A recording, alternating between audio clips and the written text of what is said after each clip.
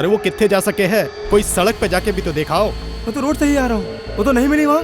कोई बातें जाओ, खेत की ओर तो नहीं गई। कविता, कविता, कविता, कविता, कविता,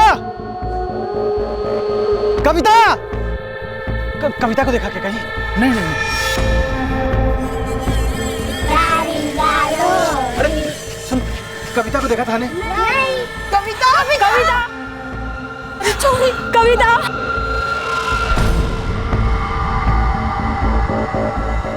काका, काका, थाने कविता को देखियो क्या? ना बेटा, मैं तो कौन देखियो आज।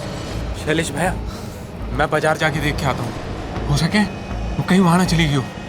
ठीक से अशोक, जरा ध्यान से देख लो। ठीक है। ओवन, हम लोगों ने स्कूल जाके देखना चाहिए, शायद वहां की हो। हाँ चलो भैया चलो। काय भी बाबू, कविता मिली काय? नहीं बापू, कविता के बापू गए हैं गांव वाले के साथ उसे ढूंढने के लिए। कट्टे गए होंगे मारे चोरी। कविता, कविता, कविता! अरे रोहित, तूने कविता को देखा क्या? नहीं, मैं तो खुद अभी उसे ढूंढने के लिए ही निकल रहा था। कट्टे चली गई है छोरी। स्कूल, गांव, सब जगह तो देख लिया हमने। शैलेश भैया, मैं डराना नहीं चाहता, लेकिन अभी 2-3 दिन से ना एक बाबा गांव में घूम रहा है, तो हो सकता है ना कि उस बाबा ने कहीं कुछ। बाबा? लेकिन बाबा के हो सके शैलेश भैया, चलो खेतों में चलते हैं। वो बाबा वहीं पेड़ के नीचे पड़ा रहे, चल के देख लेते हैं उसने। हाँ, खेतों में देख लो, मैं गांव के इस तरफ देख लेता हूँ। ठीक है शौरभ, तू भी ढूंढ। चलो भैया।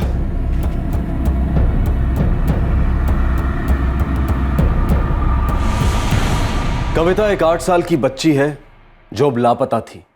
वो दोपहर में अपनी माँ के साथ स्कूल से घर लौटी थी। नहीं, दादाजी ने ठीक ना किया, कहा था कि स्कूल लेने आएंगे। ना लाडो, कोई जरूरी काम में फंस गए होंगे दादाजी, इसलिए। नहीं, मुझे भी तो कितना काम रहता है, ट्यूशन जाना, टीवी देखना, स्कूल जाना, पढ़ाई करना, और तो दादाजी को अंग्रेजी सिखाना। मैं तो कभी बहाना नहीं बनाती। आज से मैं उनके साथ कट्टी हूँ। कविता के दादाजी ने वादा किया था कि वो उसे लेने उसके स्कूल आएंगे, लेकिन किसी वजह से वो नहीं आ पाए और इस बात पर कविता उनसे नाराज थी। आ गई मारी बिटिया। तो आ गई, पर आप मुझे स्कूल लेने क्यों नहीं आए? अरे बिटिया, थारा बापू मारे को दुकान थमाकर बाहर चले गया खरीदारी करने। अब मैं क्या करता? इस सारी गलती ना थारे बापू की है। बापू की नहीं, बापू के बापू की गलती है। मैं आपसे कहती हूँ, अब मैं आपके साथ बात नहीं करूंगी। अरे ऐसा ना बोल बिटिया, फिर थारे अलावा कौन है जो मारे को अंग्रेजी सिखाएगा? अच्छा, गलती हो गई, हमको माफ कर दो रानी साहिबा। नहीं, पहले शाम को घुमाने ले जाना पड़ेगा, फिर हम सोचेंगे। जो हुक्म रानी साहिबा। ठीक है, हम शाम को आपको ले चलेंगे। और 100 बार लिख कर देना होगा, दोबारा ऐसी गलती कभी नहीं होगी। 100 बार? हाँ, 100 बार। ठीक है मारी मास्टरनी जी। दोपहर का वक्त था, कविता के दादाजी सो रहे थे, लेकिन कविता बेसब्र हो रही थी। दादाजी उठो, दादाजी उठो ना, दादाजी। कविता, दादाजी, क्या कर रही है? अभी तो सोए है ना वो, क्यों जगा रही है उन्हें? नहीं, दादाजी ने कहा था कि घूमने लेके जाएंगे। बदमाश, उन्होंने कहा था शाम को लेके जाएंगे, जब दादाजी उठेंगे तब लेके जाएंगे। नहीं, मुझे अब भी जाना है। देख, तू परेशान मत कर, मारे को बहुत काम है, या तो तू सो जा, नहीं तो कुछ पढ़ाई कर ले, मारा दिमाग मत खा तू। ठीक है, नहीं खाती, पर पहले मुझे गुलाब के लिए 5 रुपए दे दो। अब तो हर बात मानने के लिए पैसे लेगी मुझसे? हाँ, गुलाब के लिए ही तो ले रही हूँ, आगे जाकर मुझे पढ़ाई में काम आएंगे ना। अच्छा, नौटंकी, चल अंदर, देती तुझे पैसे, बदमाश कहीं की।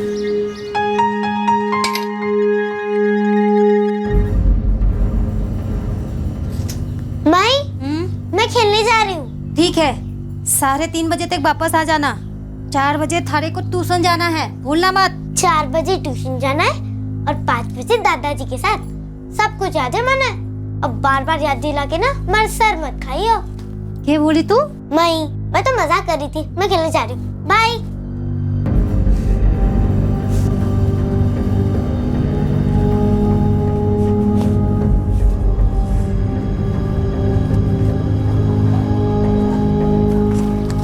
कविता को 3:30 बजे तक घर लौटना था, लेकिन 4 बज गए और कविता अब तक घर नहीं लौटी थी। मिलना रही है मतलब? 4 बज गए, ट्यूशन जाने का समय हो गया, लेकिन कविता अभी तक घर वापस नहीं लौटी। ढूंढना उसने, वो पायल के घर या किसी और सहेली के घर देख। मैं भी आ रहा हूँ थोड़ी देर में। हाँ आ जाइए आप। क्या हुआ बहू? बापू साहब, कविता अभी तक घर वापस नहीं लौटी। कहाँ गई थी वो? औलाद अगर कुछ देर के लिए भी आंखों से ओझल हो जाए तो माँ बाप उनकी फिक्र में आधे हो जाते हैं। ऐसा ही हाल था कविता के परिवार का। कहां खेलने गई थी कविता? क्यों अब तक नहीं लौटी थी? सवाल मन में उमड़ रहे थे जिनके जवाबों से वो बेखबर थे।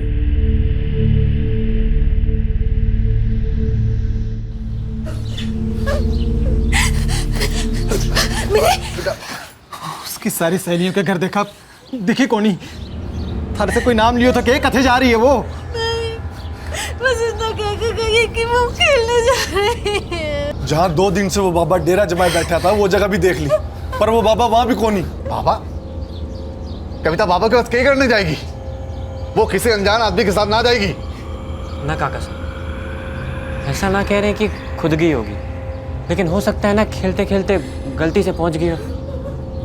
और वैसे भी आजकल दुनिया में ढोंगी बाबाओं की तो कमी है ना।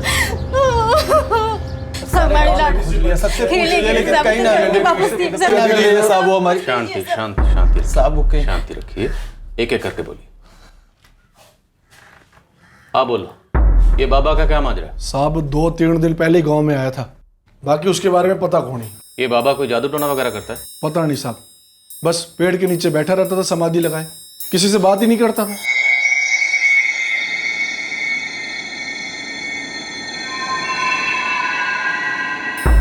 पर आप तो कह रही थी कि आपकी बेटी घर के बाहर खेलने गई थी। लाडो तो ये कहकर गई थी, मुझे पता था 3:30 बजे उसे ट्यूशन जाना है सब। मैंने उसे याद नहीं दिलाया था सब। वैसे मारे लाडो बड़ी समझदार है सब। कभी भी खेलने बाहर जाती तो वक्त पर जरूर लौट आती थी साहब। मतलब ये कोई पहली बार नहीं है, वो अक्सर घर से बाहर खेलने जाती है। जाती है साहब, एक तो गाँव में मारो सब एक दूसरे को जाने हैं। खेलने कहाँ जाती है? ज्यादा दूर नहीं जाती साहब, कभी कभी घर के बाहर ही अपनी सहेलियों को इकट्ठा कर लेती थी, और कभी पास वाली सहेली के पास चली जाती है। तो उसकी सहेलियों से पूछा आपने? पूछा साहब, सबसे पूछा, कहीं ना मिल रही। साहब बाजार भी गए थे और स्कूल भी, पर कविता मिली कोनी। कविता इस बाबा से मिली है कभी? ना साहब, हमारे हिसाब से तो जानती भी ना है बाबा के बारे में। अच्छी है साहब, अपनी मौज में रहती है, उसे क्या पता बाबा कौन है। लेकिन शक की वजह तो बढ़ती है ना। इधर कविता गायब हुई और उधर वो बाबा। कहीं वो बाबा तो कविता को नहीं ले गया? ये बाबा कहाँ बैठता है?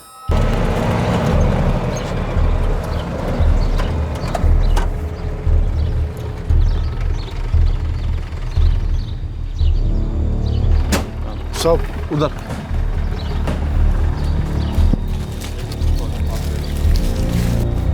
साहब इस पेड़ के नीचे बैठा रहता था।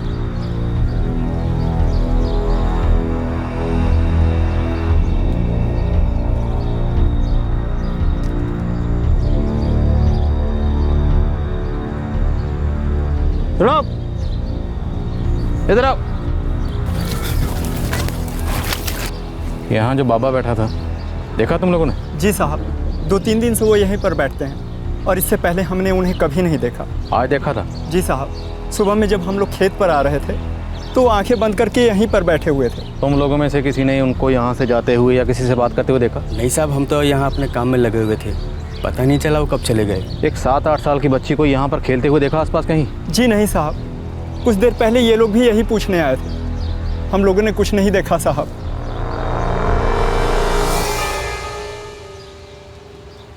सर, बच्ची की फोटो आसपास के थानों में भिजवा दी है।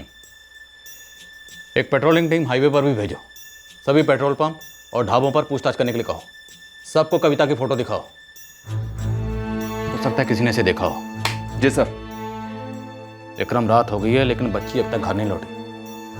8 साल की बच्ची ऐसे कैसे गायब हो सकती है? सुबह गांव के अंदर एक बार फिर से अच्छी तरह से ढूंढवाई करवाते हैं और खबरियों से कहो इस बाबा की कुंडली निकाले। ये 2 दिन से गांव में समाधि लगा के बैठा था या फिर किसी मौके की तलाश में। रात गहरी होती जा रही थी। एक परिवार की चिंता उनके दुख और डर को बढ़ाए जा रही थी।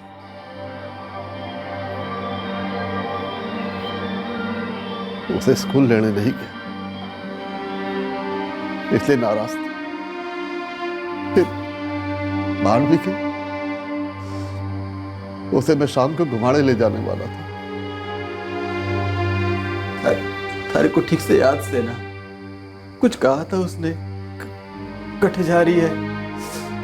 खुशी ना बोली थी भाई मैं खेलने जा रही हूँ। मारे से सिर्फ 5 रुपए मांगे थे, मैंने दिए, ऊपर से 2 रुपए के सिक्के भी दिए। उसने उसे गुल्लक में डाल के चली गई। कविता की मां इस बात से बेखबर थी कि कविता ने सिर्फ 5 रुपए का सिक्का गुल्लक में डाला था और 2 रुपए का सिक्का अपने पास रख लिया था। मैं तो सो रहा था, मैंने तो उसे जाते हुए भी नहीं देखा।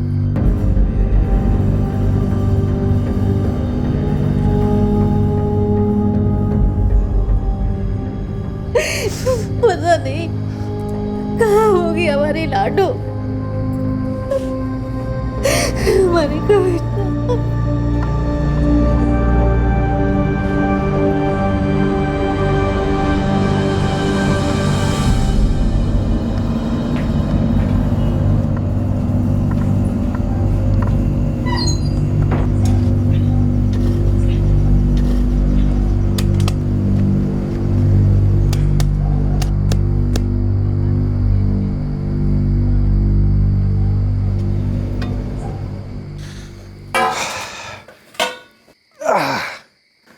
आते हुए सुना मैंने कि राम सिंह जी की पोती खो गई है। हाँ बापू, मैं जब काम से लौट रही थी तब मैंने कविता के बारे में सुना। उसके बापू ने पुलिस भी बुलाई थी मगर अब तक मिली ना वो। भगवान करे जल्दी मिल जाए। कांता। हाँ रोहित कहाँ है? हाथ मुंह धोकर आ रहा है। दिन भर वो अभी छोरी को ढूंढने में उनकी मदद कर रहा था।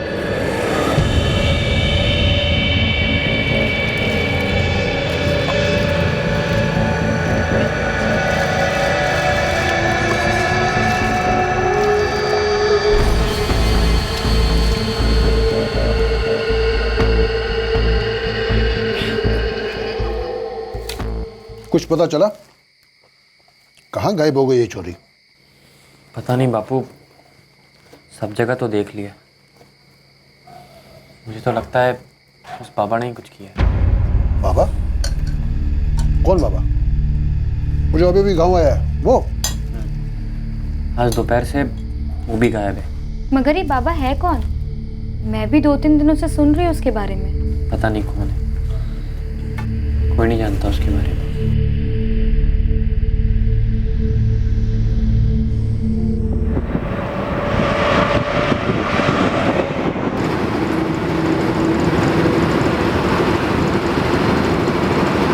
साहब जी कोशिश पूरी जारी है, मगर सच बोलूं साहब तो चांसेस बहुत कम है। साहब कुंडली बनाने के लिए नाम नंबर पता कुछ तो चाहिए ना, और वैसे भी कोई ये नामी बाबा तो था नहीं।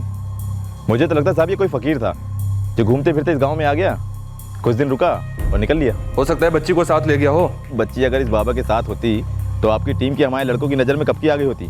नज़र गड़ाए रख, 8 साल की बच्ची गायब हुई है, हमारी तरफ से कोई कमी नहीं रहनी चाहिए। सर, गांव में और उसके आसपास के इलाकों में पूरी रात पेट्रोलिंग चली, लेकिन बच्ची का कहीं पता नहीं चढ़ा। और ना इस बाबा का। जी सर। विक्रम, वो बाबा गांव के बाहर खेतों में एक पेड़ के नीचे बैठा रहता था। एक 8 साल की बच्ची उससे मिलने वहां क्यों जाएगी? और अगर मान लें कि वो मिलने गई भी होगी तो उस बाबा के साथ जाने का तो सवाल ही पैदा नहीं होता।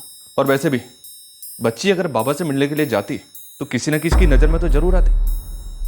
हो सकता है सर बाबा वाला एंगल गलत हो। बाबा का और बच्ची का एक ही दिन गायब होना केवल एक इत्तेफाक हो। ये जरूर गांव के ही किसी आदमी का काम है या घर के। साहब डेयरी की दुकान है हमारी, वक्त पे किसी ने उधार नहीं चुकाया तो छोटी मोटी बहस हो जाती है, पर दुश्मनी तो बड़ी बात होती है साहब। साहब, हमारे दादा के बगत से हम इस गांव में रह रहे हैं, सारा गांव जानता है। अब किसी से दुश्मनी हो तो क्या वो 8 साल की बच्ची पे निकालेगा? राम सिंह जी, लोग अक्सर दुश्मनी उसी से निकालते हैं जो सबसे कमज़ोर हो या सबकी कमजोरी हो, ताकि दुश्मन को ज़्यादा से ज़्यादा दर्द हो। पर साहब, हमारी किसी से ऐसी दुश्मनी क्यों नहीं? आपकी किसी से कोई अनबन? की देखभाल में मानो सारा वक्त निकल जाता है। मेरे किसी से क्या अनबन हो सकती है साहब? किसी के साथ कोई कहा सुनी हुई हो, कोई मनमुटाव हुआ हो आस पड़ोस में, खासकर इन पिछले दिनों में? ना सर।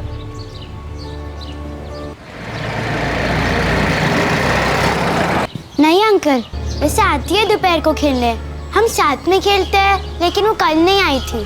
लेकिन अक्सर आती है। जी साहब। यानी हो सकता है जब वो अपने घर से निकली तो यहीं आने के लिए निकली। मेरी पायल और कविता दोनों एक ही ट्यूशन में जाती हैं, दोनों दोपहर में साथ में ही खेलती हैं। फिर 3:30 बजे कविता अपने घर बस्ता लेने को जाती है और अपने माँ के साथ ट्यूशन आती है। आपने आखिरी बार कविता को कहाँ देखा था? जी, कल जब मैं पायल को लेने के लिए स्कूल गई थी तब गेट पर दिखी थी अपने माँ के साथ।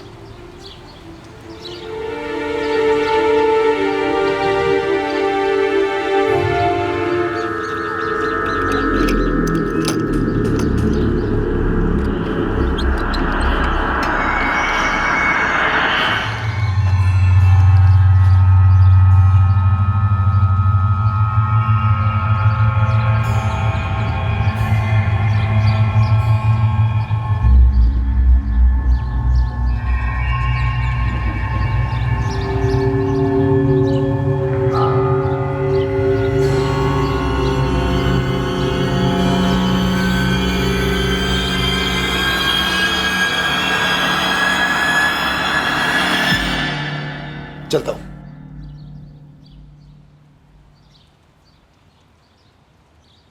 माई। हाँ बेटा, मैं चलती हूँ। ठीक है। विक्रम, कविता के माँ बाप को एक बार फिर से थाने बुलाओ। दिन की शुरुआत से लेकर कविता के बाहर जाने तक की हर छोटी बड़ी बात पूछते हैं, शायद कुछ सुराग मिल जाए। जी सर। 8 साल की बच्ची ऐसे ही गायब नहीं हो सकती, कोई तो वजह रही होगी, कुछ ना कुछ तो जरूर चल रहा होगा किसी के दिमाग में।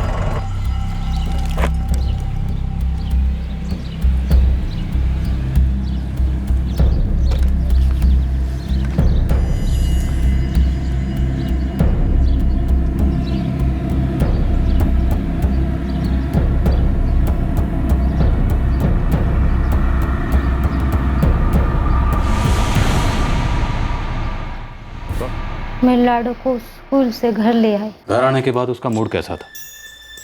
उसके बर्ताव में कोई बदलाव देखा आपने? ना साहब, रोज की तरह बहुत खुश थी। हाँ, लेकिन इस बात से थोड़ी नाराज थी कि उसके दादाजी उसे स्कूल से लाने नहीं गए।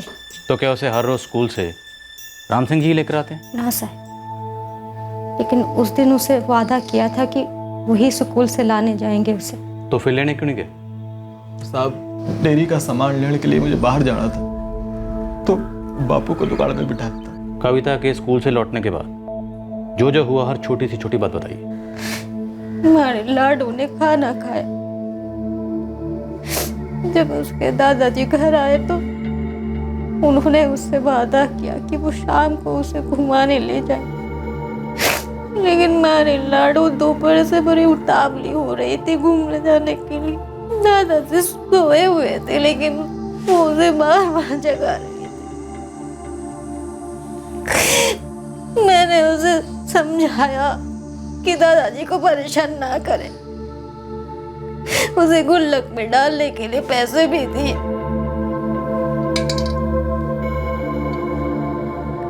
उसके बाद हमारी लाडो खेलने चली गई। मैंने उसे बोला 3:30 बजे तक ट्यूशन के लिए घर आ जाए, लेकिन हमारे लाडो नहीं आए। उसके बाद साहब इसने बड़े फोन किया। कविता अक्सर खेलने के लिए पायल के घर ही जाती थी ना? जी साहब, लेकिन वो उससे नहीं गए। जी वो हमें पता है। क्या कविता अक्सर ऐसे अकेले घर से बाहर खेलने चली जाती है खेतों में? इससे पहले कभी ऐसा कुछ हुआ? दादा साहब, कविता ऐसे अकेले कहीं नहीं जाती है। हमारी चोरी छोटी से सांप पर बड़ी समझदार है, उसे पता है कटे जाड़ो है कटे नहीं। तो शैलेश जी, हो सकता है जब कविता पायल के घर खेलने के लिए जा रही थी तो बीच रास्ते में उसके साथ कुछ हुआ। रास्ते में कुछ हुआ मतलब? शायद कोई उसे अपने साथ लेके घबराइए नहीं, हम सिर्फ समझने की कोशिश कर रहे हैं कि क्या हुआ हो सकता है। वैसे भी दोपहर का टाइम था, सब लोग सो जाते हैं, गांव काफी खाली रहता है उसमें। हो सकता है वो इसी मौके की तलाश में था, उस दिन उसे ये मौका मिल गया। शैलेश जी, पूरे चांसेस हैं कि ये जो भी है गांव का ही कोई है। अब हमें ये पता लगाना है कि ये कौन है। साहब, सारी रात में सोचता रहा पर मुझे कुछ सूझ ना रहा है साहब, कौन और क्यों कोई मेरे साथ ऐसा करेगा।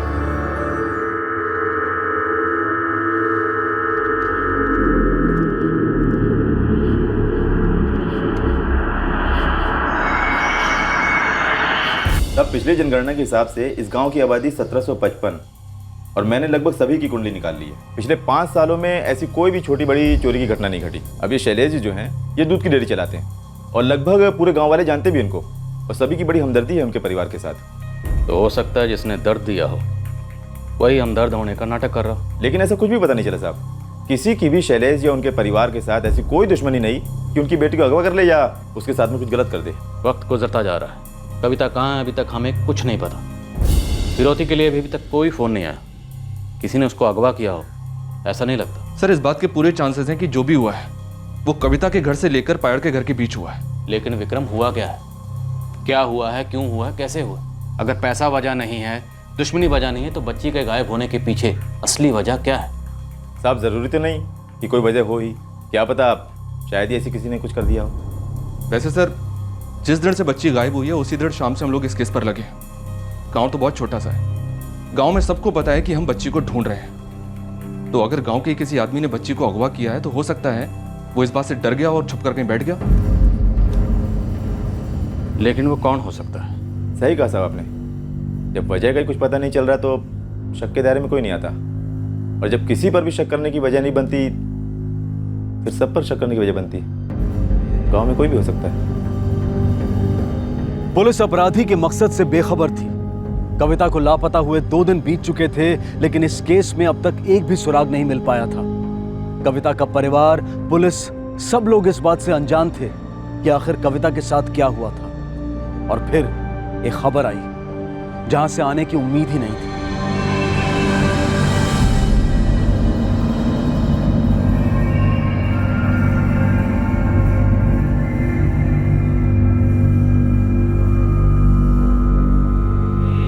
माई, उस लड़की ने कविता की चप्पल पहनी है। कौन सी लड़की? जो उधर खेल रही है। देखो, उसको चप्पल बड़ा भी हो रहा है। मैं आपको कह रही हूँ ना कि वो कविता का ही चप्पल है। पायल, तुझे कैसे पता कि वो कविता के चप्पल हैं? उसने मुझे कुछ दिन पहले ये बताया था कि उसके दादाजी लेकर आया है। कैसी है? ये कितनी सुंदर है। किसने ले दी है? मेरे दादाजी ने।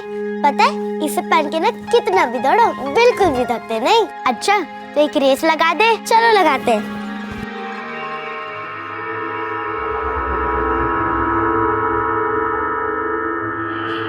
मैं सच कह रही हूँ साहब, मुझे नहीं पता कि ये किसके चप्पल है। पर इतना तो पक्का है ना कि ये चप्पल तुम्हारी बेटियों की नहीं है? हाँ साहब, ये चप्पल मेरी बेटी की नहीं है।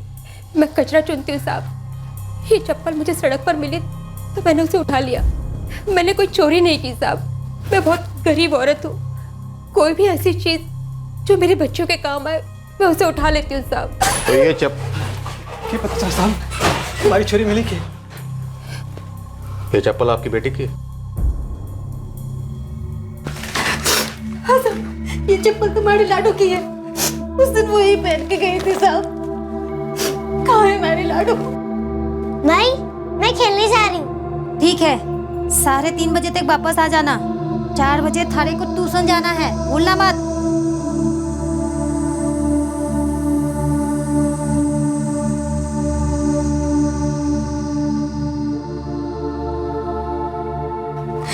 साहब, कटे हमारी छोरी, कहाँ मिली है चप्पल आपको? अभी पता चल जाएगा। बोल मीना, बच्ची के साथ तुमने क्या किया? मैं सच कह रही हूँ साहब, मैंने कुछ नहीं किया। मैंने कुछ नहीं किया। ये चप्पल मुझे सड़क पर मिली तो मैंने उसे उठा लिया। साहब मैं भी एक माँ हूँ, मैं किसी के बच्चे को क्यों चुराऊंगी? देखो बहन, थारे को पीसे चाहिए मैं पीसे दे दूंगा, बस मुझे बता दो कि हमारी चोरी कटे, थारी भी तो चोरी हंसी। बहन जी, मैं आपके सामने हाथ जोड़ती हूँ, बता दो हमारी चोरी कहाँ है। मैं सच कह रही हूँ, मुझे तुम्हारी बेटी के बारे में कुछ भी नहीं मालूम। ये चप्पल तुझे कहाँ से मिली? मैं गांव में कचरा बिन रही थी तो एक चप्पल मुझे दुकान के बाहर मिली। कौन सी दुकान के बाहर? देख मैडम, अगर तुमने हमसे झूठ बोला तो भारी मुसीबत में फंस जाएगी। मैं सच बोल रही हूँ, ये चप्पल मुझे वहीं से मिली। अब तो किस दुकान पर? चल लेकर चल हमें वहाँ। जी साहब।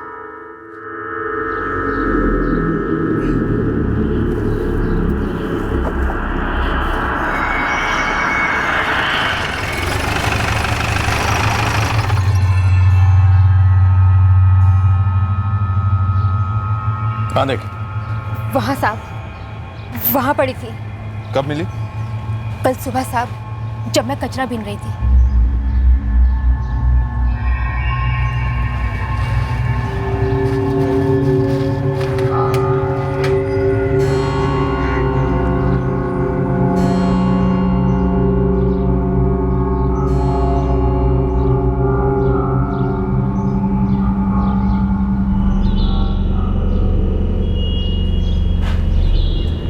नाम क्या तुम्हारा?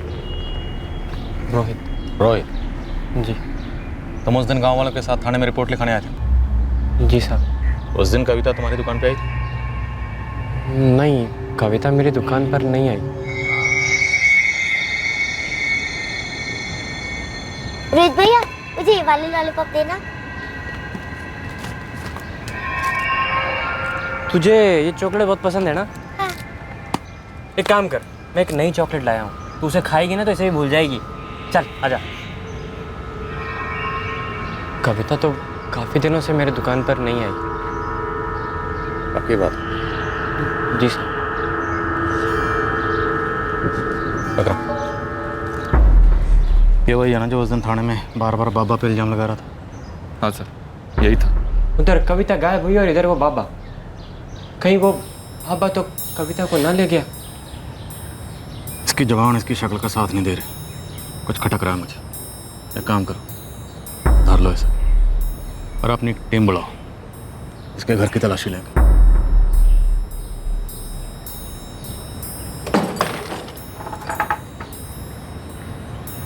जी क्या बात है रोहित? सब मेरे को समझ में नहीं आ रहा, आप मेरे पे शक क्यों कर रहे हो? मैं समझाता। उस दिन कविता जो चप्पल अपने घर से पहन के निकली थी, वो चप्पल तुम्हारी दुकान के बाहर मिली। शक करने की वजह तो बनती है ना। पूरे घर का छान मारो। साहब, आप ये क्या कर रहे हैं? तू बता, तुमने क्या किया? मेरे बेटे ने कुछ नहीं किया साहब। हाँ साहब, मैंने कुछ नहीं किया है।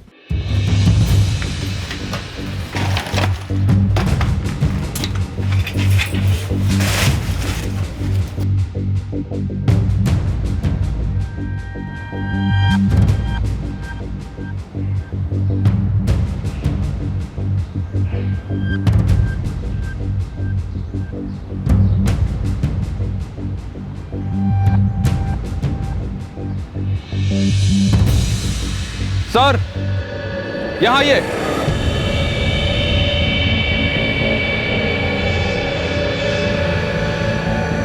ये देखिए सर, यहाँ गड्ढा खोदा गया और शायद उसे जल्दबाजी में भरा भी गया होगा।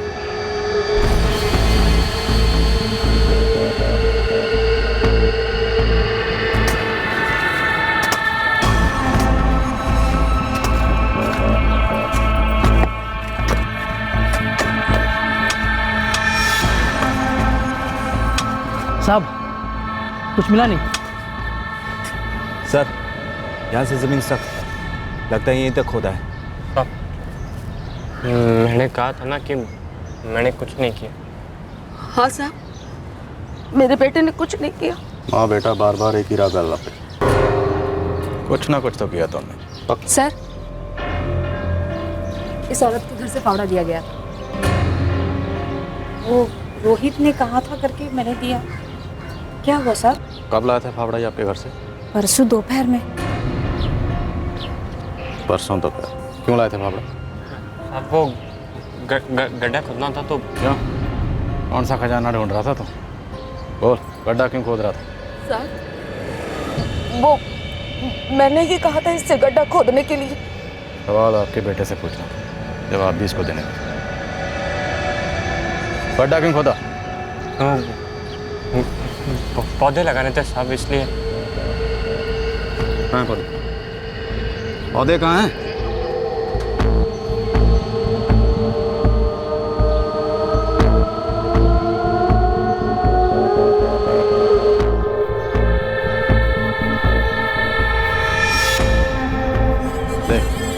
सीधी तरह बता दे। बोल सर। बोल। ये देखिए।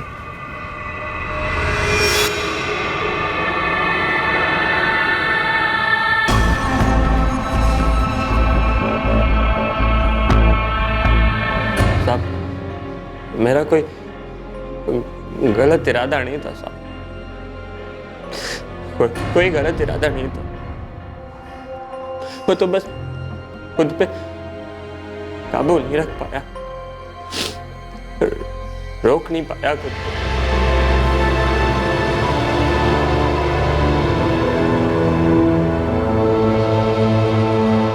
क्या चंदा के यहाँ से फावड़ा लिया,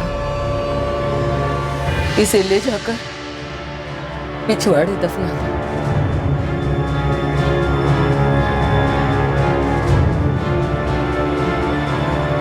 कविता के माँ बाप और गांव वाले जब कविता को ढूंढ रहे थे तब रोहित फावड़े का इंतजाम करने गया हुआ था। लेकिन जब उसे पता चला कि गांव वाले कविता को सब जगह ढूंढ रहे हैं तो वो डर गया। उसे लगा कि गड्ढा खोदने से लोगों को शक पैदा हो सकता है। कविता की लाश को छुपाने की जल्दबाजी में रोहित ने उसे कूलर में रख दिया।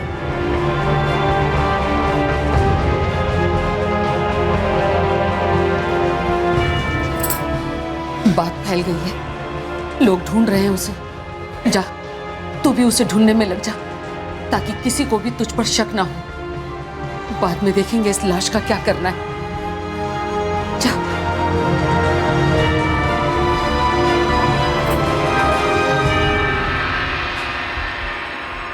मैंने सोचा कि लाश को रात को बाहर ले जाके कहीं फेंक दूंगा, लेकिन गांव वाले उसे बाहर ढूंढने लगे थे और आप लोग भी। मुझे मौका ही नहीं मिला।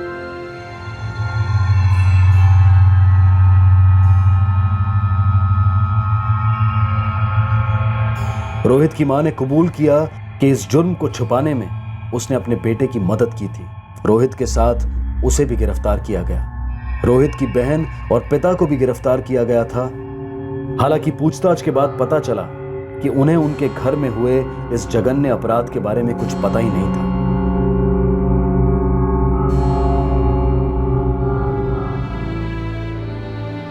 उस दोपहर कविता के साथ जो हुआ, उसकी तकलीफ, उसकी मौत कविता के मां बाप को ना भूलने वाला दर्द दे गई। उनकी बच्ची कविता अब कभी नहीं लौटेगी। इस हकीकत से समझौता कर पाना उनके लिए आसान नहीं था।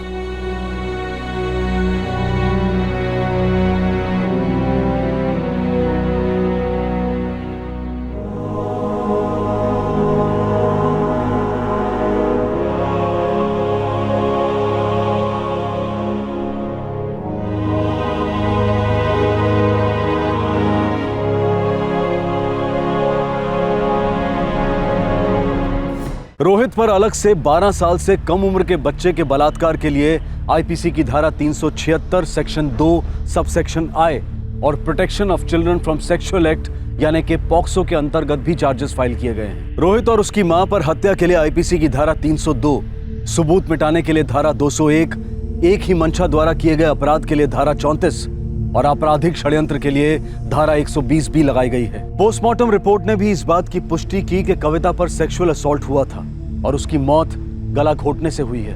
कविता के परिवार की तरह गांव के लोगों को भी यह जानकर बहुत बड़ा झटका लगा कि उनके ही गांव के किसी शख्स ने उनके ही गांव की एक बच्ची के साथ इतना घिनौना काम किया। रोहित के पिता और उसकी बहन भी रोहित की इस हरकत से शर्मिंदा हैं और ये जानकर सदमे में हैं कि रोहित की मां ने भी इस हत्या में उसका साथ दिया। रोहित का अपनी याचिका में यह कहना कि कुछ पल के लिए उस पर वासना सवार हो गई थी और ऐसा बच्ची से शारीरिक स्पर्श के कारण हुआ। रोहित ने जो किया इससे ज्यादा शर्मनाक, विभत्स और डरावना कृत्य कोई हो ही नहीं सकता। 8 साल की बच्ची को अपनी वासना का कारण बताना, ये ओछी दलील उसकी विकृत मानसिकता का एक और प्रमाण देती है। ये दर्शाती है कि उसे दिमाग की कोई गंभीर समस्या है।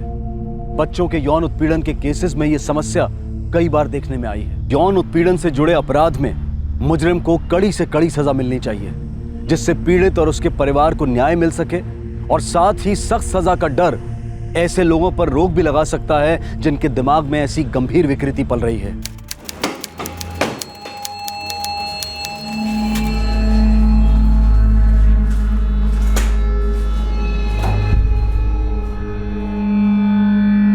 हर पुलिस स्टेशन में एक जगह होती है जहां अनसुलझे केसेस की अधूरी दास्तानें फाइल की जाती हैं। मर्डर, चोरी, अपहरण और कई अनसॉल्व्ड केसेस इन फाइलों में पड़े रहते हैं, कभी दिनों तक, कभी महीनों तक, तो कभी सालों तक। बंद मुट्ठी की लकीरों की तरह होते हैं ये अनसॉल्व्ड केसेस। लेकिन ये फाइलों वाली जगह कब्रिस्तान कतई नहीं है। ये महज एक वेटिंग रूम है जहां न्याय इंतजार करता है कि कब कोई सुरागों वाली ट्रेन आए और कब कोई केस उस पर सवार होकर अपनी मंजिल तक पहुंचे, जो न्यायालय की दहलीज है। हम तकदीर और किस्मत पर भरोसा करने की हिमायत तो नहीं करते, पर कभी कभी ऐसा होता है कि बंद मुट्ठियों के खुलने में सारी कायनात साजिश करती है। मोहित, आज फिर काम पे नहीं जाएगा क्या? मोहित, ए मोहित, अरे 8 बज गए, तेरे लिए पानी गर्म करके रखा है, चाय पी ले, नहा धो के तैयार हो जा, तब तक तेरे लिए नाश्ता बनाती है। उठ उठ। अरे आई, तबीयत ठीक नहीं है। अरे 3 दिन से तू काम पे नहीं गया है, तेरी तबीयत ठीक नहीं तो डॉक्टर के पास होके आना। अरे आई, खाली सर में दर्द है, सोऊंगा ठीक हो जाएगा। चाय तो पी ले बेटा। चाय गरम करके पी लूंगा बाद में, तू जा ना।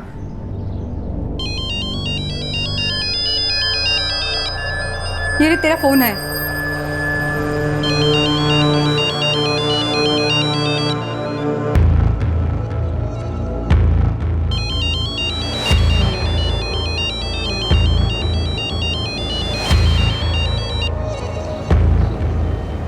फिर से काट दिया यार। अरे मेरी कल रात बात हुई उससे, मैं बोला चल कल शिरडी चलते हैं, बोला नहीं, तब भी डाउन है। डाउन है तो डाउन है, अभी क्या बोलूं? अरे पर उसकी आवाज़ से लगा नहीं ना भाई कि डाउन है। बस आगे चल।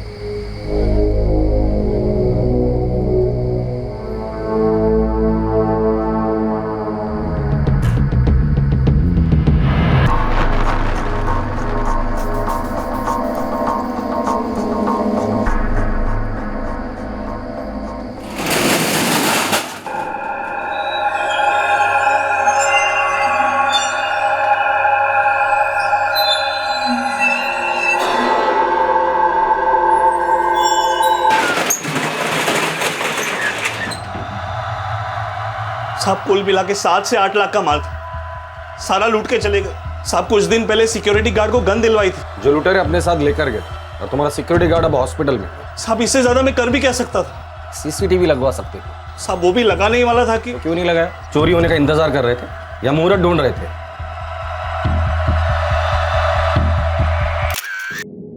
ब्लड में क्लोरोफॉर्म के काफी हाई ट्रेसेस मिले हैं इंस्पेक्टर। कब बात कर सकते हैं उससे? हम बस उसे 1 आध घंटे में डिस्चार्ज कर देंगे, फिर आप उससे बात कर सकते हैं। उसे डिस्चार्ज मत दीजिए, मैं अपना कांस्टेबल भेज रहा हूँ, उसके हवाले कर दीजिए उस सिक्योरिटी गार्ड को। सर, ये सिक्योरिटी गार्ड विष्णु का था, इसका कोई पुलिस रिकॉर्ड नहीं, इससे पूछताछ भी काफ़ी अच्छे से की गई है, लेकिन लग नहीं रहा इस रॉबरी में इसका कोई इन्वॉल्वमेंट है। ठीक है, फिर भी चांस मत लो, थोड़ा और खंगालो उससे, डबल चेक करो। सर वैसे उसका कहना है कि हमला उसके पीछे से हुआ था, वो देख नहीं पाया कितने आदमी थे। दुकान में सीसीटीवी नहीं है, ये बात ये लुटेरे अच्छे से जानते थे, बड़ी सफाई से काम किया है, मतलब ये नई गैंग तो हो ही नहीं सकती। सर अगर पुरानी गैंग है तो शायद हिस्ट्री शीटर्स कुछ बता पाएंगे। सारे हिस्ट्री शीटर्स को राउंड अप करो और खबरियों को काम पर लगा।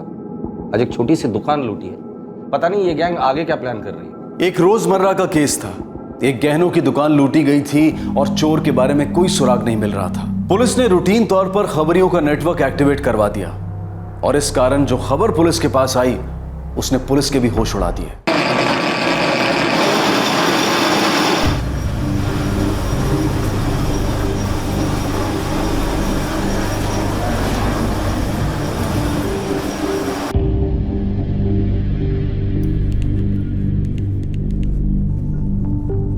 चाय रख दे। क्या जासूसी कर रही है?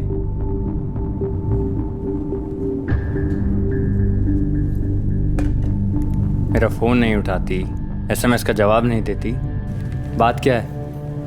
साफ साफ बोलना, है क्या तेरे दिल में?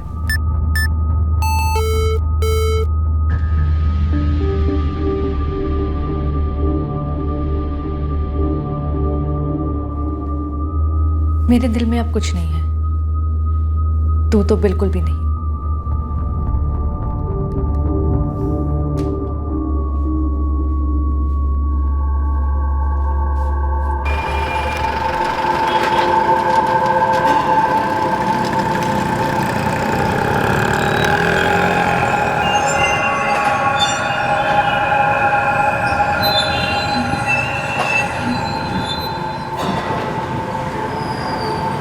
जी बोलिए, क्या दिखाऊं? वो सोने का भाव क्या है आज? 24,730 पर 10 ग्राम। खरीदना है या बेचना है?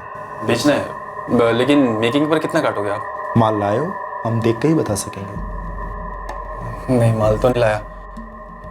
तो ठीक है, फिर मैं बाद में आता हूँ।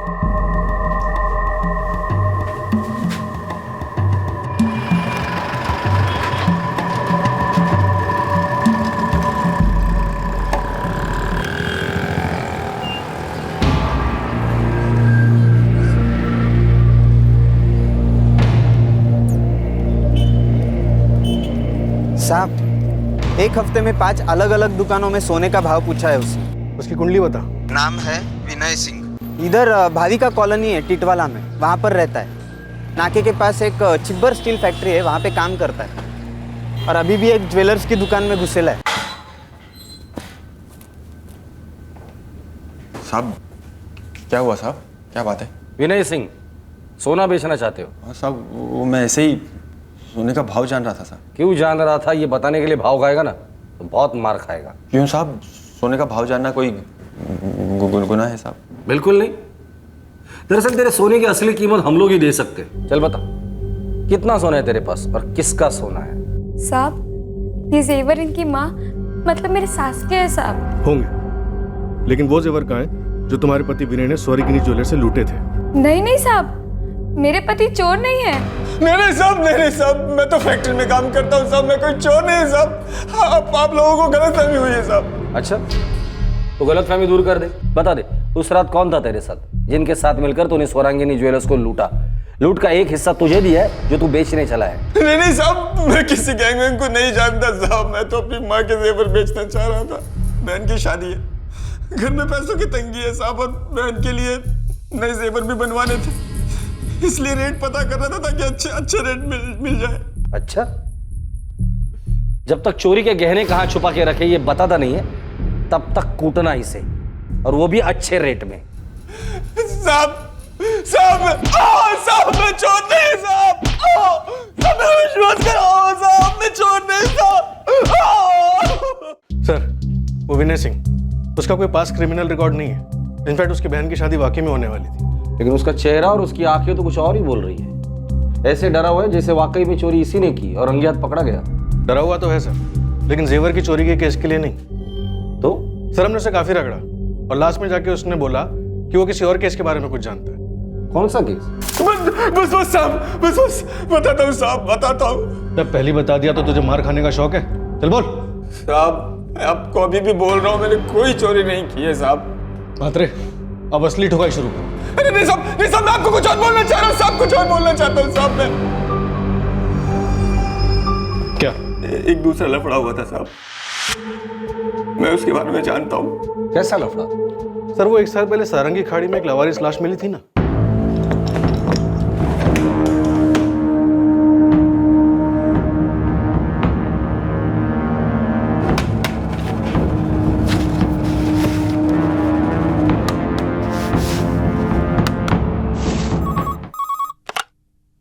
रावलवाड़ी पुलिस स्टेशन, पीएसआई मुझे बोलते है। साहब मैं लोकेश बात कर रहा है, अपना ये सारंगी खाड़ी के पास से। साहब वो खाड़ी में एक लाश है।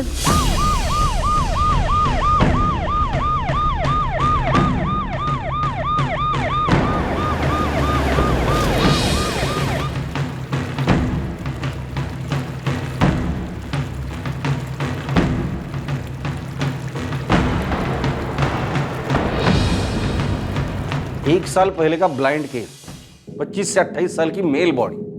राइट सर, मई 2013 का केस। मौत कम से कम 2-3 दिन पहले हुई है। पानी में रहने के कारण बॉडी काफी डिकम्पोज हो चुकी है। मौत का कारण? Wind pipe damage.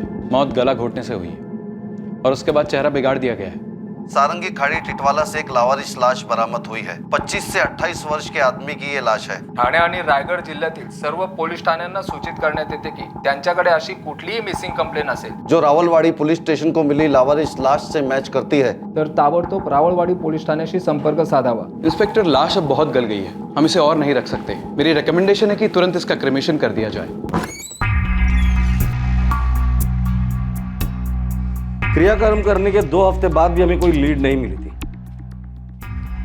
ये विनय सिंह इसी केस के बारे में बात कर रहे हैं? इसी केस के बारे में। पिछले साल 29 मई को आप लोगों को एक लाश मिली थी सारंगी खाड़ी से, जिसकी कभी शिनाख्त ही नहीं हो पाई। मैं उसके बारे में जानता हूँ साहब। उस लाश का नाम तो मैं नहीं जानता साहब। लाश का नाम नहीं जानता तू? जानता क्या है? मेरा एक दोस्त है साहब, लाश की खबर को पढ़कर काफी डरा हुआ था साहब, काफी दिनों तक।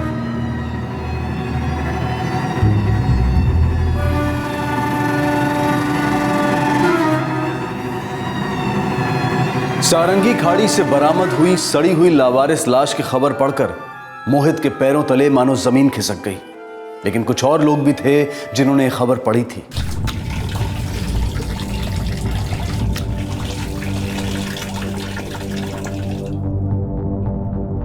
यार खाड़ी में लाश फेंकने से क्या फायदा, लाश तो ऊपर आनी है। हाँ यार, ये मर्डर करने वाले भी सोचते हैं ना कि बच के निकल जाएंगे, लेकिन ऐसा कभी होता है क्या? एक लड़की थी जो पूरे 6 महीने से उस आदमी से कांटेक्ट करने की कोशिश कर रही थी जिसकी लाश पुलिस को खाड़ी से बरामद हुई थी।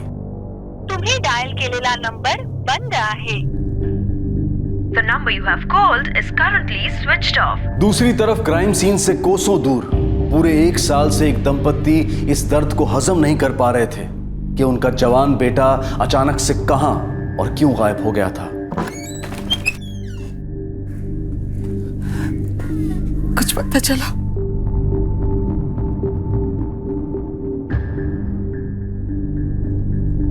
कौन था ये मर्डर विक्टिम जिसकी लावारिस लाश का क्रियाकर्म पुलिस ने कर दिया था और जिसकी आइडेंटिफिकेशन पूरे 1 साल से नहीं हो पाई थी?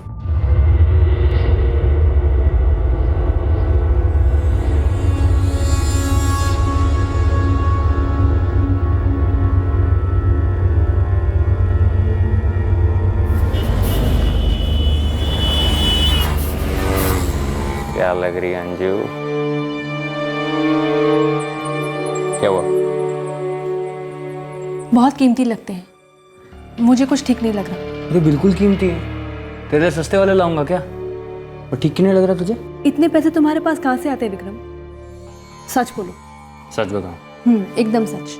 चोरी करता हूँ। पागल है क्या? ले लो ना मेरी जान। वैसे सच में चोरी करता हूँ। पर ये चोरी की नहीं है, मेहनत की कमाई है। अच्छा है ना? तो चल।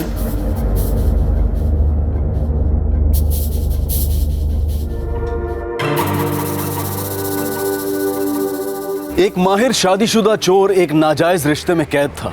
उसके तीनों दोस्त उसकी हरकतों के बारे में जानकर भी चुप बैठे हुए थे। इन सभी का उस लावारिस लाश के साथ क्या रिश्ता था? 1 साल, पूरे 1 साल के बाद इस केस की बंद मुट्ठी आखिरकार खुलने लगी। उन चारों में से तुम्हारा दोस्त कौन है? मोहित। तुम्हारा ये दोस्त मोहित उस लाश के बारे में क्या जानता है और तुम क्या जानते हो? 1 साल पहले जब ये कांड हुआ था तब मैं मोहित से मिलने उसके घर गया था। नमस्ते आंटी। अरे विनय, कसा आहेस रे तू? मैं अच्छा हूँ आंटी। मोहित है घर पर? हाँ है, पर पता नहीं आजकल उसका ध्यान कहीं और है। क्या हुआ रे मोहित तेरे को? तेरा फैक्ट्री गया था, बोले 5 दिन से काम पर नहीं आया तू, क्या हुआ?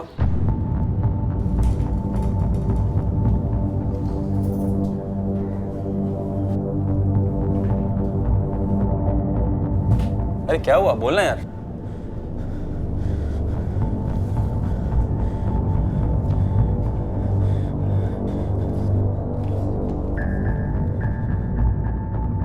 लावारिस लाश? क्या? लावारिस नहीं है, मैं जानता हूं उसको। तू जानता है इसको? तू कैसे जानता है? कौन है ये? 5 दिन से सोया नहीं हुए यार। डरावने सपने आ रहे, वो सपने में आता है, वो सब कुछ सपने में आता है यार। क्या बोल रहा है यार? क्या सब सपने में आता है? तू कैसे जानता है इस आदमी को? कौन है? कौन है ये आदमी? तुम्हारा ये दोस्त मोहित रहता कहाँ है?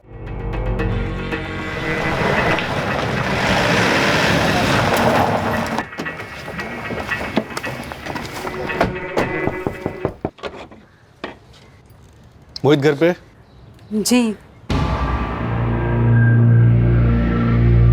मोहित, विनय को घूरने से सच्चाई बदलने वाली नहीं है, और सच्चाई ये है कि तुम्हारे दोस्त ने हमें बता दिया है कि 1 साल पहले जो लावारिस लाश हमें मिली थी उसके बारे में तुम जानते हो।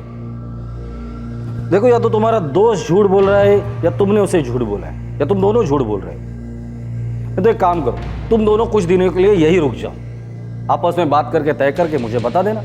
मुझे कोई जल्दी नहीं है, चाहिए तो मदद के लिए 2-3 हवालदार भी छोड़ देता हूँ डंडों के साथ। नहीं नहीं साहब, साहब मुझे जाने दो साहब, मेरी बहन की शादी है साहब।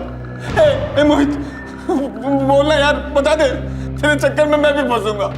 जो पता है सब बता देना यार, सब बोल दे। मोहित समझ ही नहीं पा रहा था कि उसके दोस्त विनय ने पुलिस को 1 साल पहले हुए हादसे के बारे में क्यों बताया था। उसे इस बात की भनक तक नहीं थी कि किसी और ही केस के कारण ये लावारिस लाश वाला केस रोशनी में आ गया था। जितेश सोलंकी नाम था उसका, जिसकी लाश आप लोगों को मिली थी। लाश के चेहरे की तस्वीर तो हमने छापी ही नहीं थी, फिर तू दावे के साथ कैसे कह सकता कि वो लाश जितेश सोलंकी की थी? चेहरे की तस्वीर कहाँ से छापते थे आप लोग? चेहरा तो पूरी तरीके से बिगाड़ दिया था। मोहित पाटिल, उस मर्डर में तुम शामिल थे?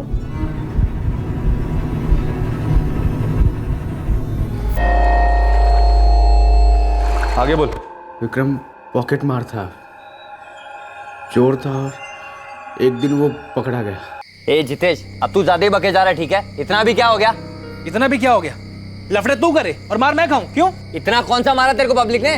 वो तो मैं तुझे बचा रहा था, वरना पब्लिक ना मार मार के चीर देती हम दोनों को। चलना, तेरा बच्चा तो साला छोड़ के भाग जाता। सही कहा, यही करना चाहिए था मुझे। तुझे कितनी बार कहा है कि तेरी ये लफड़ेबाजी, चोरी चकारी मुझे नहीं पसंद है, छोड़ दे, लेकिन ना तू मुझे कुछ समझता ना हमारी दोस्ती को। शर्म आती तुझे अपना दोस्त कहने में? मुझे इतनी शर्म आती है ना तो मिट्टी डाल दोस्ती पे। तू तेरे रास्ते और मैं मेरे रास्ते। हट्टू साला। अरे मैं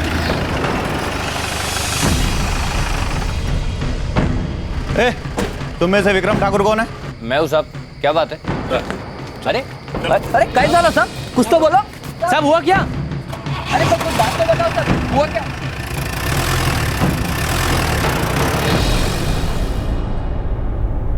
वो रात की पहली रात विक्रम और जितेश बाहर से पी के निकले थे और तभी विक्रम ने एक औरत को छेड़ा था। मस्त चल रही है यार लाइफ। मालिक बहुत खुश है मेरे काम से। पता क्या बोलता है? कह रहा है सुपरवाइजर बना दूंगा, ऐसे ही काम करता रहे। एक बार सुपरवाइजर बन गया ना, मस्त हो जाएगी लाइफ।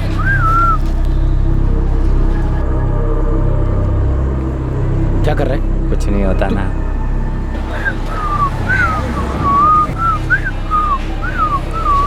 पागल है, मर पड़ भाई। नहीं होता ना। क्यों बे? लड़की को देखे बहुत सीटी मारा तो? क्या बे? उसको देख के सीटी नहीं बजाई, वैसी सीटी बजा रहा हूँ। झूठ बोल रहा है ये। इसने मुझे पे सीटी मारी थी। मैंने भी देखा और तेरी सीटी भी सुनी। हीरो अभी बजा के दिखा ना। चल बजा। भाई लोगों, गलती होगी, माफी मांग रहे हैं, सॉरी। जब हमने इसको देख के सीटी बजाई नहीं तो माफी क्यों मांगेंगे? एक तो चोरी, ऊपर से सीना चोरी, बहुत घमंड है इसमें। ओ मैडम, तुमको क्या लगता है तुमको देख के मारी क्या सीटी मैंने? हाँ, पहले तुमने मुझे बुरी नजरों से देखा, फिर आंख मारी और उसके बाद सीटी मारी। अब जब लोग जमा हो गए हैं तो डर रहा है, डर को कहीं का। काय बानगड़ा है भाई ला बगुन सिटी मारतोस पियला साला। इन दो हीरो को ना बहुत चर्बी चढ़ी है। अरे बहुत चर्बी चढ़ ली है? नहीं भाई साहब, कुछ नहीं हुआ, गलती हो गई, माफी मांगता हूं। अरे हाथ कैसे लगा रहा है? क्यों रे? चोरी के साथ साथ तुझे नया रोग लगा है, लड़की छेड़ने का। अब 2 दिन के लिए आया ना तू, अब देख मैं तेरा कैसा हश्र करता हूँ। मैंने कोई चोरी भी नहीं किया और वो लड़की को भी मैं नहीं छेड़ा था। हाँ, तू तो साधु संत है। पब्लिक झूठ बोल रही है, तू सच बोल रहा है। लेकिन साहब, ये चोरी के बारे में कौन बोला आपको? विक्रम 3-4 दिन तक जेल में था। उसको ऐसा लग रहा था कि जितेश ने उसके बारे में चुगली की है पुलिस को। ये विक्रम की स्टोरी क्यों सुना रहे तू? तू ये कहना चाहता है कि चुगली की थी इसलिए विक्रम ने जितेश का मर्डर किया? वो भी शामिल था ना इस मर्डर में? नहीं साहब, बिल्कुल नहीं। मैं तो खाली उस शाम को उधर बैठा था साहब। मेरे को तो मालूम भी नहीं था इन दोनों के बीच क्या बात हुई है। मेरे को तो अंजलि के बारे में भी कुछ नहीं मालूम था साहब। अब ये अंजलि कौन है और क्या बात हुई थी?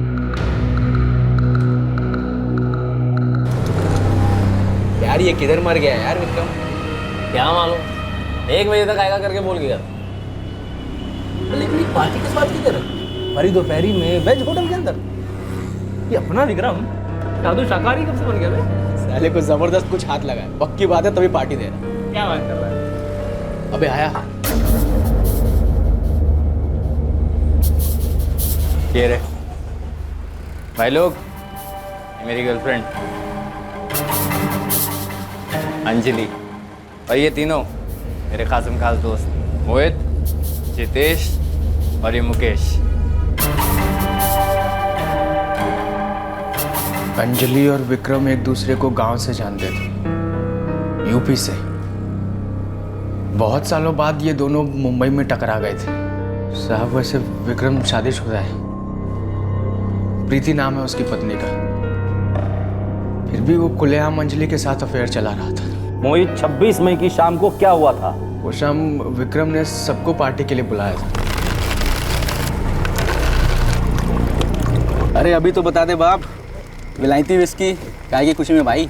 अभी ये मत बोलना कि एयरपोर्ट में घुस के हाथ मारा। तुम लोगों को मेरे बारे में बहुत गलतफहमी है लोगों। जितना 30 मार खां समझते हो ना उतना मैं हूँ नहीं। वो क्या है कि मैं हर चीज़ पे हाथ और मुंह नहीं मारता, पर पब्लिक ऐसी नहीं है। साला कोई भी अपनी चीज़ पे मुंह मार जाता है। चीयर्स।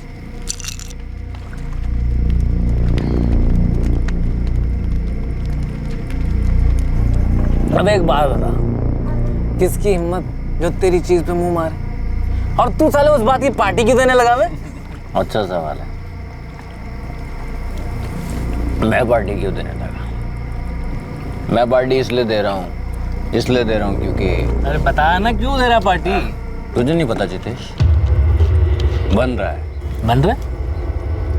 क्या बोल रहा है बे? बोल तो तू रहा है पुलिस को मेरे बारे में कि विक्रम चोरी करता है, लड़की छेड़ता है, ऐसा है वैसा है। तभी तो पुलिस उठा के लेके गई मुझे। इतना मारा है ना कसम से, पूरी जिंदगी का कोटा पूरा हो गया। कि चढ़ गई है क्या तेरे को? क्या बकवास कर रहा है? बकवास मैं कर रहा हूँ? बकवास तो तू कर रहा है पुलिस को मेरे बारे में। और उनको कैसे पता चलता कि विक्रम ठाकुर टिटवाला में है? तू नहीं बोला ना कि विक्रम लड़की छेड़ता है, चोरी करता है। जिस दिन रात को पुलिस मुझे उठा के लेके गई उससे 1 रात पहले लफड़ा हुआ था। पब्लिक ने मेरे को बहुत पीटा जितेश, पर तूने जो थप्पड़ मारा ना पुलिस को चुगली करके, ऐसा किसी ने नहीं किया। दिमाग खिसक गया तेरा? मैं मानता हूँ तेरा चोरी चकारी करना, लड़कियों के साथ छेड़छाड़ करना मुझे अच्छा नहीं लगता है, लेकिन इसका मतलब ये नहीं है कि मैं पुलिस के पास जाके तेरी चुगली करूंगा, समझा? ए जितेश, पुलिस वालों को कैसे मालूम है फिर? तू भी मुझ पर शक कर रहा है? शक नहीं, यकीन से बोल रहा है वो।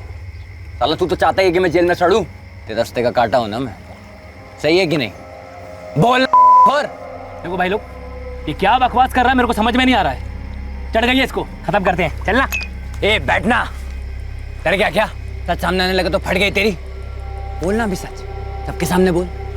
यही सच सुनने के लिए इस पार्टी रखा मैं, समझा? क्या बोलना है तेरे को? हाँ, सच बोलना है ना? बोल बोल, सबके सामने बोल सच क्या। ए विक्रम, ए साफ साफ बोलना, क्या बोलना तेरे को, बोल। कल हम, ये मेरा जिगरी दोस्त और मैं राम सरन की टपरी पे चाय पीने गए थे, ठीक है? ए जितेश, तेरा फोन दे तो, मेरे फोन में बैलेंस खत्म हो गया। बताया भैया, साला इसने मुझे जेल भिजवाया, मैंने फिर भी माफ किया, दोस्ती रखी, लेकिन इसने मुझसे सबसे बड़ी गद्दारी करी, सबसे बड़ी। क्या गद्दारी की, बोलना। मैंने इसके फोन से अपनी गर्लफ्रेंड अंजलि को फोन किया, मेरी अंजलि को।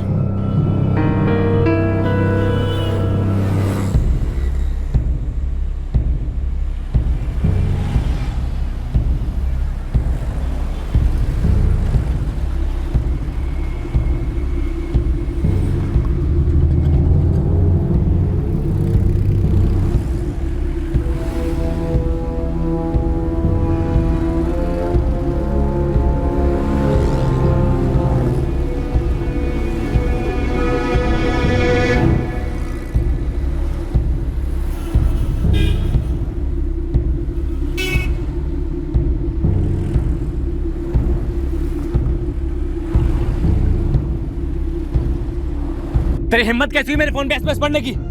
तुझे फोन कॉल करने के लिए दिया था ईमानदारी में। ईमानदारी में? तू ईमानदारी की बात कर रहा है? साले तेरी चोरी और गद्दारी दोनों पकड़ी गई है। तेरा चक्कर चल रहा है ना अंजलि के साथ, तभी उसका नाम शालिनी करके स्टोर किया ना तूने फोन में। और मैसेज, भाई लोगों को मैसेज कैसे कैसे? अंजू, अंजू कल तुझे मेरे साथ मजा आया कि नहीं? बोलना, क्या मजा किया तू अंजलि के साथ? क्या मजा किया?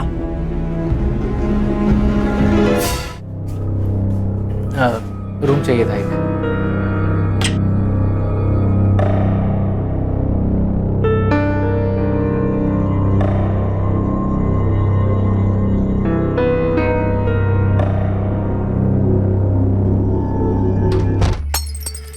मेरी अंजलि के साथ ऐसा कर रहा है?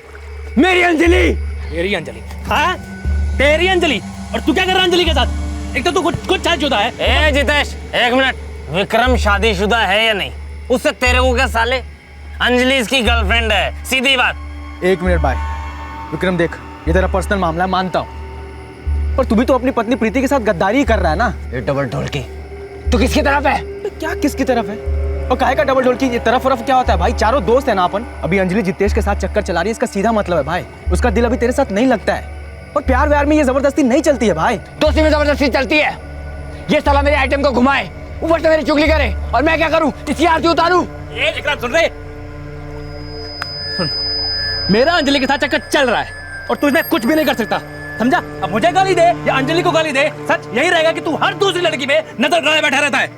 तू भी कोई दूध का दूल्हा नहीं है, समझा? साले, एक तो मेरी पीठ में छुरा भोंकता, ऊपर से लेक्चर देता है। पुलिस से पकड़वाया, बड़स मिटी नहीं ना तेरी। पुलिस को अगर पहली तेरे चोरी चपाटी के बारे में पता चल गया होता ना तो अच्छा होता। जितेश, ए, ओ जितेश, जितेश, ओ जितेश, जितेश,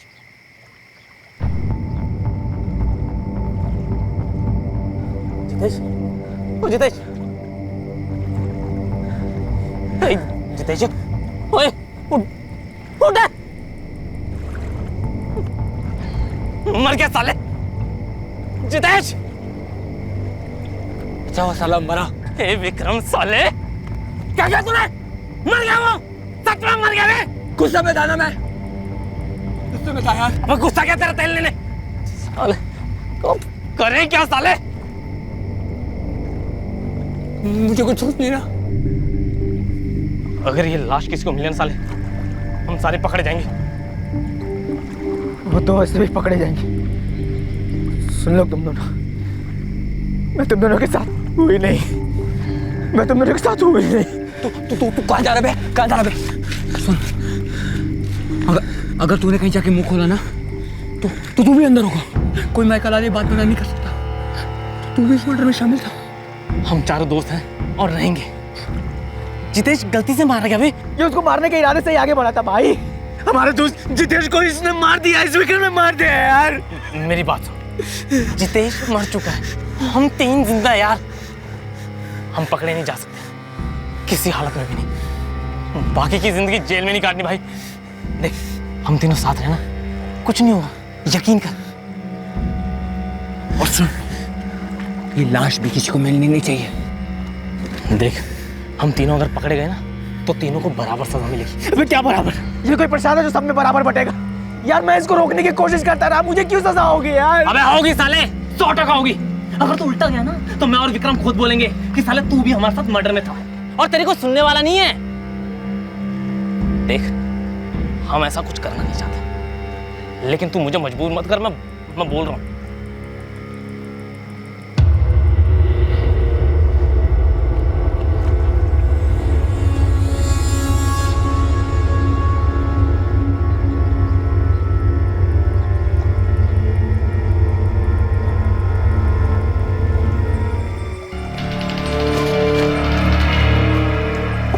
मुकेश जो बोला ना, याद रखियो। अगर तेरा मुंह खुला ना तो हमारा भी मुंह खुल जाएगा। फिर देखते हैं तुझे कौन बचाता है।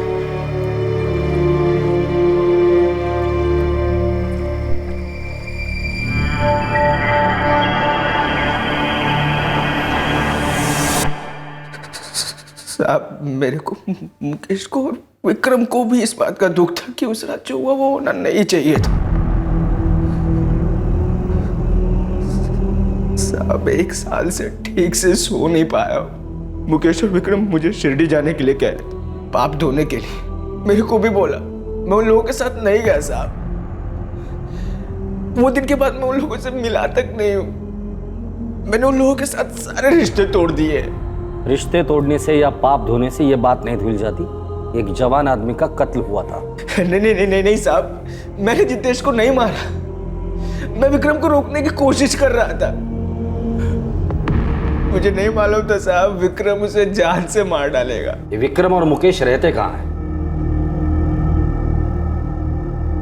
साहब, कुछ नहीं किया साहब, हमने कुछ नहीं किया साहब, बात तो सुनो साहब, गलत खबर दिया साहब आपको। आपने कुछ नहीं किया साहब, बात तो सुनो साहब, मैं जितेश को नहीं मारा साहब।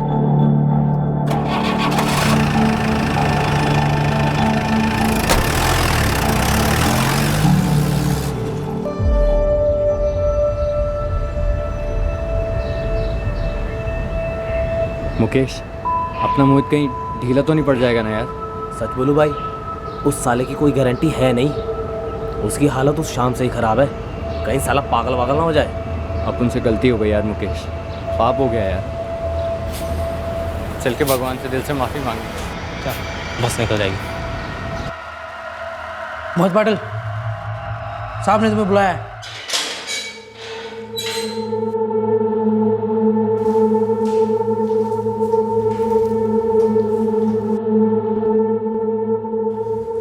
मोहित, क्या जरूरत थी यार 1 साल बाद ये सब बताने की?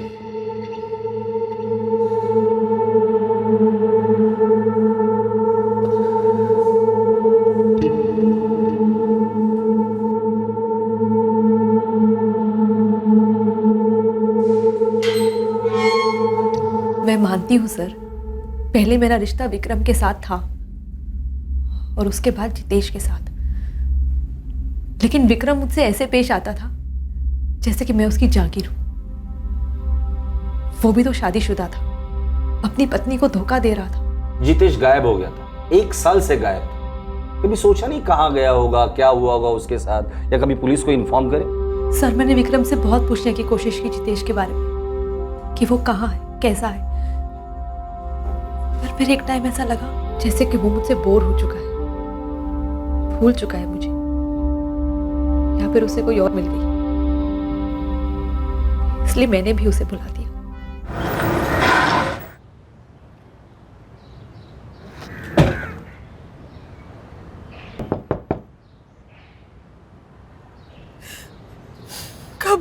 सब। 1 साल होने को। आपका बेटा पिछले 1 साल से गायब था। आप लोगों ने कभी पुलिस में रिपोर्ट क्यों नहीं करवाई? वो महीनों फोन नहीं करता था, 2-2 साल तक अपना मुंह नहीं दिखाता था। देखिए, हमें अंदाजा नहीं था कि वो कौन है, इसलिए हमने उसके शव का क्रियाक्रम कर दिया था।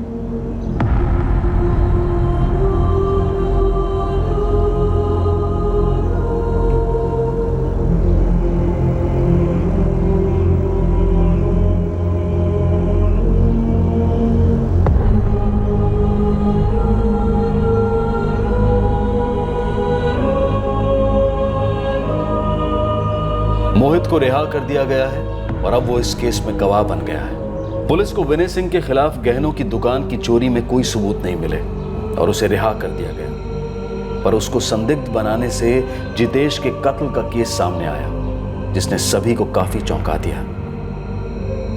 कई केसेस अनसुलझे रह जाते हैं, लंबे अरसों तक गुमनामी के अंधेरे में खोए रहते हैं, और फिर सुराग की एक किरण सालों बाद किसी फाइल पर पड़ती है और बस बंद मुट्ठी खुल जाती है और समय की धूल से उठकर इंसाफ मांगती है। एक दोस्त की हत्या ने बाकी सभी दोस्तों को गिल्ट और पछतावे के दलदल में धकेल दिया। विक्रम, जिसके गुस्से की वजह से जितेश की हत्या हुई, उसे इस हत्या से कुछ हासिल नहीं हुआ। वो बस इस हादसे के बाद ईश्वर के दरबार में प्रायश्चित करने की कोशिश में था। दूसरी तरफ मोहित, इस जुर्म का गवाह, जिसे चुप रहने के लिए मजबूर किया गया था, वो भी साल भर ज़मीर और डर के बीच त्रिशंकु बनकर अटका रहा। और इस सब के बाद भी इस अनसुलझे केस को कोल्ड स्टोरेज से बाहर निकालकर सही मायने में एक क्लोजर मिला, एक समापन मिला। सुनने में बड़ा अजीब लगता है, लेकिन ये सच है कि कभी कभी पुलिस इन्वेस्टिगेशन जैसी साइंटिफिक प्रक्रिया में भी लक और तकदीर की अपनी एक भूमिका है, जिसे नकारा नहीं जा सकता। बहरहाल, उस गहनों की दुकान लूटने के केस में अब तक कोई सुराग नहीं मिला है। वो केस अब भी अनसॉल्व्ड है। क्या पता कौन सा केस इस केस की तरफ इशारा करे और मुजरिम पकड़े जाएं और पीड़ित को न्याय मिले। इसी विचार के साथ मैं अनूप सोनी आपसे विदा लेता हूं। फिर मुलाकात होगी अगले एपिसोड में एक और चौंका देने वाले केस के साथ। तब तक सतर्क रहें, सुरक्षित रहें और देखते रहें क्राइम पेट्रोल सतर्क। सबक एक को सीख हम सबको। जय हिंद। क्राइम पेट्रोल के और भी दिलचस्प कहानी देखने के लिए हमारे चैनल को सब्सक्राइब करें और बेल आइकॉन दबाना न भूलें।